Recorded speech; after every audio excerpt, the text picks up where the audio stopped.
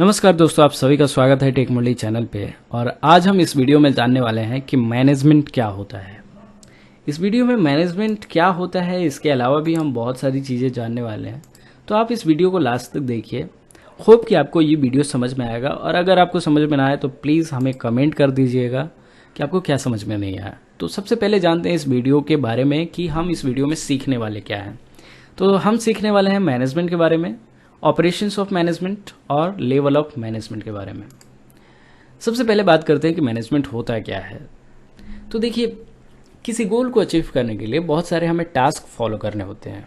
Task in the sense कि कुछ steps हैं जिनको हमें करना पड़ता है, तब हम जाके उस गोल को अचीव कर पाते हैं। और वो जो स्टेप्स हैं वो हमें गोल को अचीव करने में मदद करती हैं।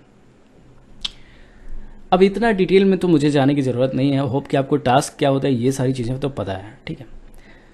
तो उस टास्क का एडमिनिस्ट्रेशन यानी कि कंट्रोल और कोऑर्डिनेट जो करता है उसको हम मैनेजमेंट बोलते हैं। अब मैनेजमेंट एज अ प्रोसेस भी हो सकता है, मैनेजमेंट एज अ पीपल भी हो सकता है। किसी कंपनी में हम काम कर रहे हैं और किसी टास्क को फॉलो कर रहे हैं, किसी टास्क को एग्जीक्यूट कर रहे हैं किसी गोल को अचीव करने के लिए, और कोई लोग हमें गाइड करते हैं, हमें कंट्रोल करते हैं, हमारे साथ कोऑर्डिनेट करते हैं, तो management as a people consider होगा, जो कि आपका मैनेजर होता है या टॉप मैनेजमेंट के लोग होते हैं या फिर किसी भी मैनेजमेंट का लोग होता है, जिसको हम मैनेजमेंट टीम बोलते हैं। अब मान लीजिए कोई गोल है, जैसे हमारा गोल है कि आज का दिन काफ़ी प्रोडक्टिव हो जाए। तो प्रोडक्टिव होने के लिए हमें अपने टाइम को मैनेज करना होगा, और टाइम को मैनेज करने के लिए कुछ टास्क हैं, कुछ प्रोसेस हैं जिनको फॉलो करना होता है। तो यहाँ जो हमें मैनेज कर रहा है, जो हमें कंट्रोल कर रहा है, जो हमें एडमिनिस्ट्रेट कर रहा है, जो हमारे साथ कोऑर्डिनेट कर रहा है, वो एक प्रोसेस है जिसको हम टाइम मैनेजमेंट बोलते हैं। तो जब प्रोसेस हमें मैनेज कर रहा हो तो मैनेजमेंट एज अ प्रोसेस कहलाएगा। जब लोग हमें मैनेजमेंट कर रहे हो तो मैनेजमेंट एज अ पीपल कहलाएंगे, ठीक है। तो इन दो तरीकों से हम मैनेजमेंट को रिफ़र करते हैं। तो मैनेजमेंट या तो लोग हो सकते हैं या कोई प्रोसेस हो सकता है, सिंपल ऐसा। अब बात करते हैं कि मैनेजमेंट के ऑपरेशंस क्या क्या हैं। तो मैनेजमेंट की कुछ 5 ऑपरेशंस होते हैं जो मुख्य हैं। इसमें सबसे पहला है प्लानिंग, दूसरा है ऑर्गेनाइजिंग, स्टाफिंग, ऑर्गेनाइजिंग को ही हम स्टाफिंग बोलते हैं, तीसरा है कमांडिंग, चौथा है कोऑर्डिनेटिंग, और पांचवा है कंट्रोलिंग। एक एक करके इन सभी के बारे में थोड़ा डिटेल में समझते हैं कि आखिर प्लानिंग होता क्या है, ऑर्गेनाइजिंग क्या होता है, इसमें क्या होता है, कमांडिंग के अंदर क्या होता है, कोऑर्डिनेटिंग क्या होता है, कंट्रोलिंग के अंदर क्या क्या होता है। बात करते हैं प्लानिंग का। तो प्लानिंग को हम मैनेजमेंट प्लानिंग भी बोल सकते हैं, क्योंकि ये मैनेजमेंट में यूज़ हो रहा है। मैनेजमेंट के प्लानिंग को मैनेजमेंट प्लानिंग बोल सकते हैं। और ये एक प्रोसेस है जिसमें हम एक ऑर्गेनाइजेशन के गोल को डिफाइन करते हैं और रियलिस्टिक एवं detailed plan of action create करते हैं ताकि हम उस गोल को पूरा कर सकें। रियलिस्टिक क्यों? कि जो चीज़ें पॉसिबल है, जो स्टेप्स हम फॉलो कर सकते हैं या करवा सकते हैं, वही चीज़ें ही रियलिस्टिक हो गई ना। और डिटेल्ड प्लान ऑफ एक्शन कि कब कौन सा क्या काम कर रहा है, उसके फ़ायदे क्या होंगे, उसके नुकसान क्या हो सकते हैं, उस नुकसान से कैसे बचना है, ये चीज़ें डिटेल होंगी। तो detail plan of action, realistic plan of action create करना उस गोल को अचीव करने के लिए, और गोल को डिफाइन करना, ये जो प्रोसेस है ये मैनेजमेंट प्लानिंग के अंदर होता है। और मैनेजमेंट इसको प्लान करते वक्त इन चीज़ों को ध्यान में रखती है और इन चीज़ों को करती है, ठीक है, प्लानिंग के अंदर। एग्जाम्पल के लिए मान लीजिए कोई ऑर्गेनाइजेशन है जो 1 साल के अंदर अपना प्रॉफिट 25% के रेट से ग्रो करना चाहता है। तो उसके लिए जो गोल होगा वो होगा 25% प्रॉफिट, और उसके लिए जो भी स्टेप्स होंगे वो मैनेजमेंट एक डिटेल्ड प्लान ऑफ एक्शन और realistic plan of action create करेगी ताकि उनको फॉलो करके आप उस गोल को फॉलो कर पाओ या अचीव कर पाओ। उसके बाद है ऑर्गेनाइजिंग। ऑर्गेनाइजिंग दूसरा ऑपरेशन है मैनेजमेंट का। सबसे पहले किसी भी चीज़ को हम प्लान करते हैं, उसके बाद हम उसको ऑर्गेनाइज करते हैं।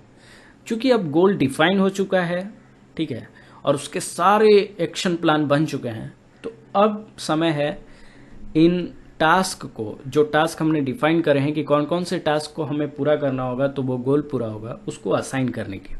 क्योंकि मैनेजमेंट तो इसको करने वाला है नहीं, और भी एम्प्लॉयज़ हैं किसी ऑर्गेनाइजेशन में जो लोग करेंगे इसको, अलग अलग डिपार्टमेंट है, सब मिल के वो 25% का ग्रोथ मतलब उसको ये लोग अचीव करने वाले हैं।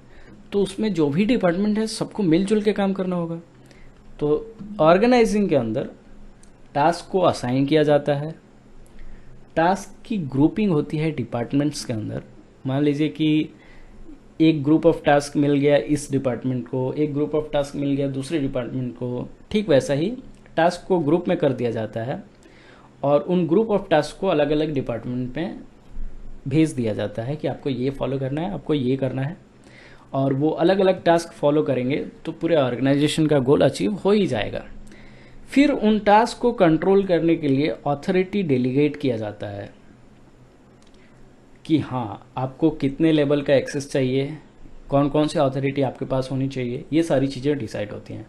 और रिसोर्सेज एलोकेट किए जाते हैं। मान लीजिए कि कोई काम कर रहा है तो उसके लिए जो काम में यूज़ में आने वाली जो रिसोर्सेज हैं वो तो उनको देना पड़ेगा। तो रिसोर्सेज का एलोकेशन, अथॉरिटी डेलीगेशन, टास्क की ग्रुपिंग और टास्क की असाइनिंग ऑर्गेनाइजिंग के अंदर होती है।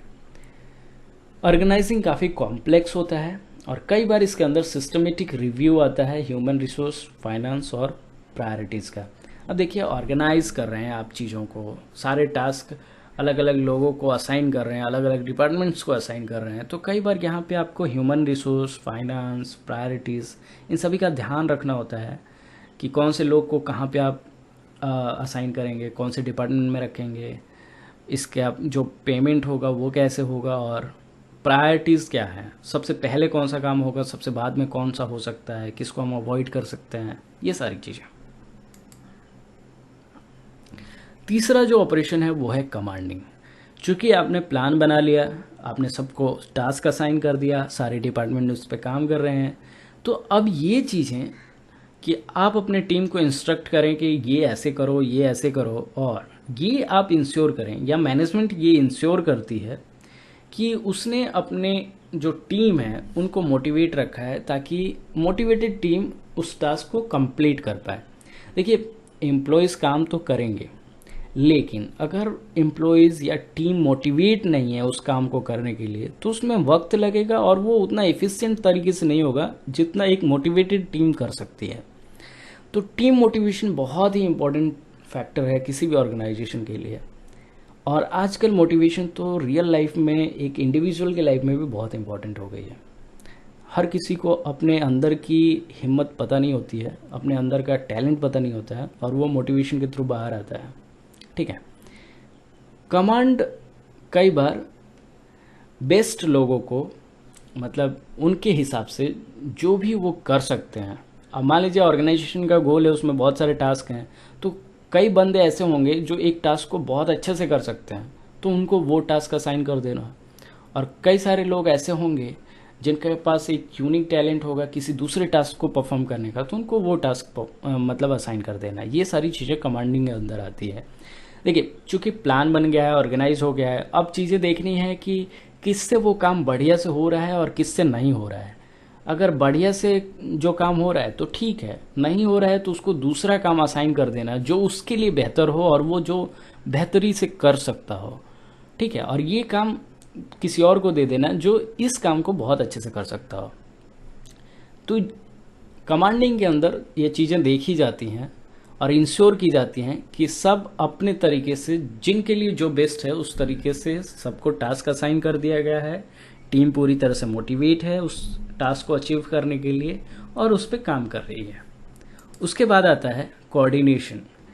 कई बार होता है कि एक डिपार्टमेंट को दूसरे डिपार्टमेंट के साथ कोऑर्डिनेट करना ज़रूरी हो जाता है किसी टास्क को पूरा करने के लिए, और कोऑर्डिनेशन ये इंश्योर करता है कि अलग अलग डिपार्टमेंट एक ग्रुप में काम करें, एक सिंक में काम करें। सिंक का मतलब एक दूसरे के साथ हर डिपार्टमेंट को पता हो कि कौन से डिपार्टमेंट में क्या चल रहा है, कौन सा काम पूरा हो चुका है, कौन सा प्रोजेक्ट पूरा हो गया है, कौन सा टास्क हो चुका है। क्योंकि गोल अचीव करना है ऑर्गेनाइजेशन का, तो ऑर्गेनाइजेशन के अंदर अलग अलग डिपार्टमेंट अगर एक दूसरे के साथ बातचीत नहीं रखेंगे, एक दूसरे के साथ कोऑर्डिनेशन नहीं करेंगे, तो चीज़ें काफ़ी इम्पॉसिबल हो जाएंगी, यानी कि उस गोल को अचीव करना बहुत इम्पॉसिबल हो जाएगा। ठीक है, कोऑर्डिनेशन की वजह से, और ये कोऑर्डिनेशन करवाता कौन है, तो मैनेजमेंट। मैनेजमेंट का काम होता है कि डिपार्टमेंट्स के अंदर कोऑर्डिनेट करवाता रहे। हर डिपार्टमेंट को दूसरे डिपार्टमेंट के साथ कोऑर्डिनेशन बनाने की जो ज़रूरत होती है वो मैनेजमेंट को पता होती है। मैनेजमेंट के इस कोऑर्डिनेशन वाले ऑपरेशन से पूरे एम्प्लॉयज़ ग्रुप्स या डिपार्टमेंट्स के अंदर एक यूनिटी बनी रहती है। उनको फील होता है, उनको ये फील नहीं होता है कि सिर्फ ये डिपार्टमेंट मेरा है, उनको फील होता है कि ऑर्गेनाइजेशन मेरा है, और इसलिए वो अपने काम को काफ़ी अच्छे से करते हैं। ठीक है, इसके बाद जो ऑपरेशन है वो है कंट्रोल। तो देखिए, प्लानिंग हो चुका है, टास्क को असाइन कर दिया गया है, अब आपने टीम को भी मोटिवेट कर दिया और सारे डिपार्टमेंट के अंदर कोऑर्डिनेशन भी है। तो चीज़ें आती हैं कंट्रोल करने की। कंट्रोल तब किया जाता है जब किसी काम में एरर आ रहा हो, या फिर आप एरर चेक करने के लिए भी कर सकते हैं कि कौन सा डिपार्टमेंट कौन सा प्रोजेक्ट पे काम कर रहा है, कौन सा टास्क कर रहा है, उस टास्क में कोई एरर तो नहीं है। ये चीज़ें कंट्रोल के अंदर आती हैं, और अगर एरर है तो उसको कंट्रोल किया जाता है, उसको फिर से सही ट्रैक पे लाया जाता है, उसको चेक किया जाता है, और अगर एरर नहीं है तो उसको वैसे ही कंटिन्यू रखा जाता है। ठीक है, कंट्रोल के अंदर मैनेजमेंट स्टैंडर्ड को सेट करता है, एक्चुअल परफॉर्मेंस को मेजर करता है, करेक्टिव एक्शंस लेता है और डिसीजंस लेता है, क्योंकि डिसीजन लेने का जो हक होता है वो मैनेजमेंट के पास होता है। तो ये चार चीज़ें कंट्रोल के अंदर आती हैं। एक स्टैंडर्ड सेट करना, अगर एरर है तो उसको स्टैंडर्ड सेट करना कि हमें इस तरह से ये काम करना है, तो वो स्टैंडर्ड हो गया। एक्चुअल परफॉर्मेंस में मेजर करना कि मतलब हमारा ये लास्ट डेट है इस प्रोजेक्ट को पूरा करने का, और हम अभी कहाँ तक पहुँचे हैं। ठीक है, ठीक वैसे ही करेक्टिव एक्शंस लेना, अगर हम कहीं पे गलत जा रहे हैं तो उसके लिए हमें करेक्ट स्टेप्स लेने, ताकि हम अपने लिमिटेड टाइम में उस चीज़ को पूरा कर सकें। और डिसीजन मेकिंग करना, अगर हम कोई डिसीजन लेना चाहते हैं कि नहीं ये स्टेप ऐसे पूरा होगा, तो उसके लिए जो डिसीजंस लेने का काम होता है वो भी कंट्रोल के अंदर आता है, और कंट्रोल मैनेजमेंट कर सकती है। अब बात करते हैं लेवल ऑफ मैनेजमेंट के बारे में। मैनेजर तो होते हैं, लेकिन इनके लेवल्स क्या क्या होते हैं ये चीज़ें हम जानते हैं। तो सबसे निचला जो लेवल होता है वो होता है लो लेवल मैनेजमेंट, उसके बाद होता है मिडिल लेवल मैनेजमेंट, उसके बाद होता है सीनियर लेवल मैनेजमेंट, जिनको हम अपर लेवल मैनेजमेंट भी बोलते हैं।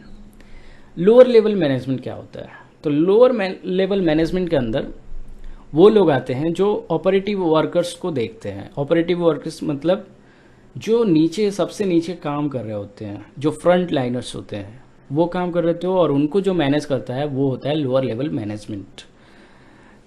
देखिए, इनका काम क्या होता है, लोअर लेवल मैनेजर का इनका काम होता है कि जो काम चल रहा है फ्रंट लाइन पे वो प्रॉपर हो रहा है और टाइम से हो रहा है कि नहीं।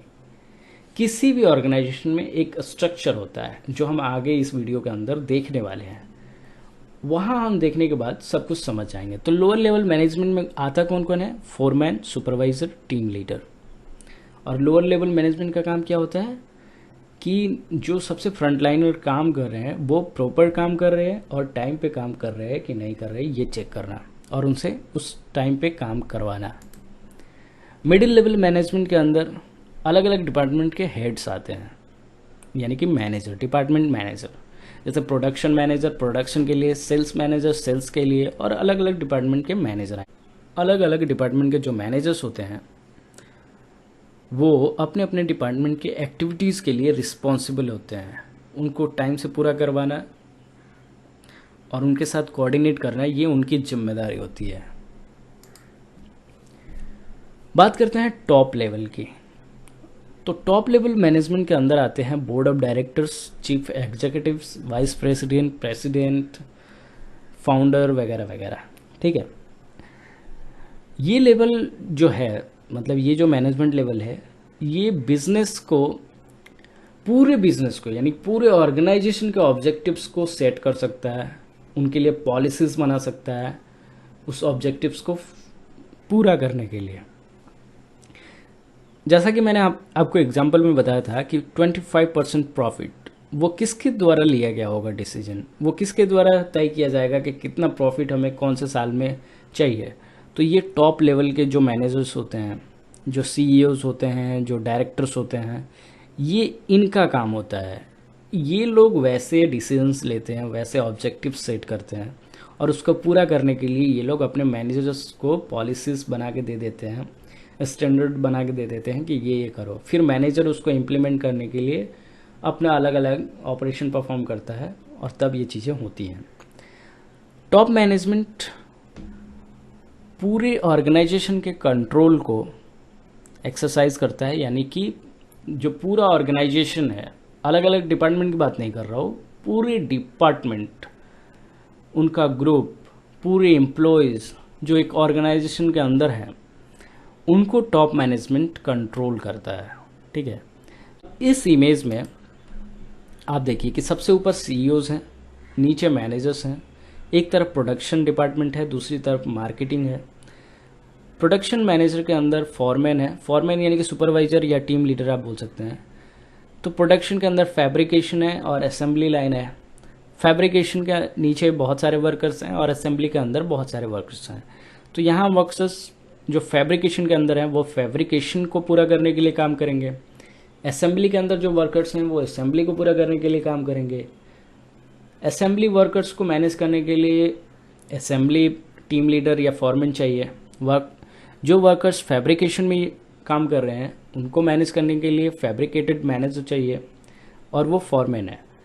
अब इन दोनों को मैनेज करने के लिए एक मैनेजर चाहिए। चूँकि ये प्रोडक्शन के हिस्से हैं तो प्रोडक्शन मैनेजर ही इन दोनों चीज़ों को देखेगा, दोनों टीम लीडर्स को देखेगा। ठीक है, दोनों टीम को देखेगा, ऐसा बोल सकते हैं। अब आते हैं मार्केटिंग मैनेजर के अंदर। तो मार्केटिंग मैनेजर के अंदर दो है सेल्स ऑफिसर, ए और बी। ठीक है, तो यहाँ अलग अलग सेल्स ऑफिसर के नीचे अलग अलग लोग सेल्स पर्सन के तौर पे काम करते हैं। उन सभी को मैनेज करना सेल्स ऑफिसर का काम होता है, जो कि सेल्स पर्सन्स को मैनेज करता है। और सारे सेल्स ऑफिसर्स रिपोर्ट करते हैं मार्केटिंग मैनेजर को। और ये दोनों मैनेजर, प्रोडक्शन मैनेजर और मार्केटिंग मैनेजर, सीईओज को अपनी रिपोर्ट्स देते हैं।